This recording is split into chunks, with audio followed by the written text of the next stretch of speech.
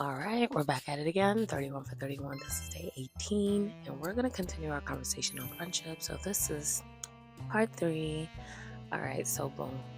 One thing that I feel like is not really talked about enough is the feeling of grieving friendships.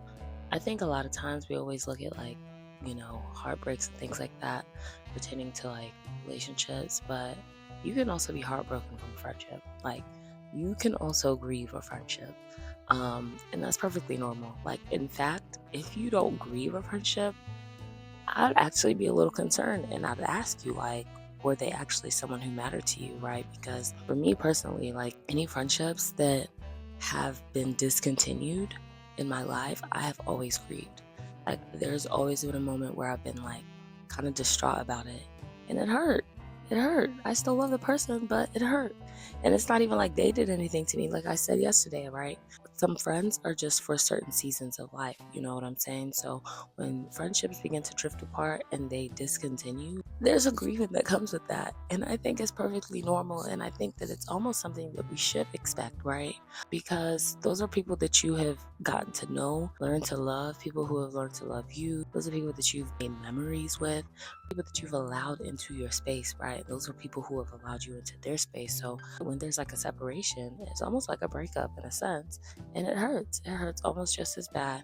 Honestly, to me personally, I think that friendship breakups hurt even worse than relationship breakups. Because for me, I'm like, dang, like, man, I really thought we were going to be locked in forever, forever, ever.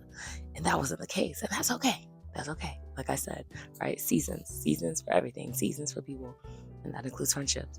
But it's just learning how to move along with that, learning how to adapt with that, and learning not to allow that to become hate.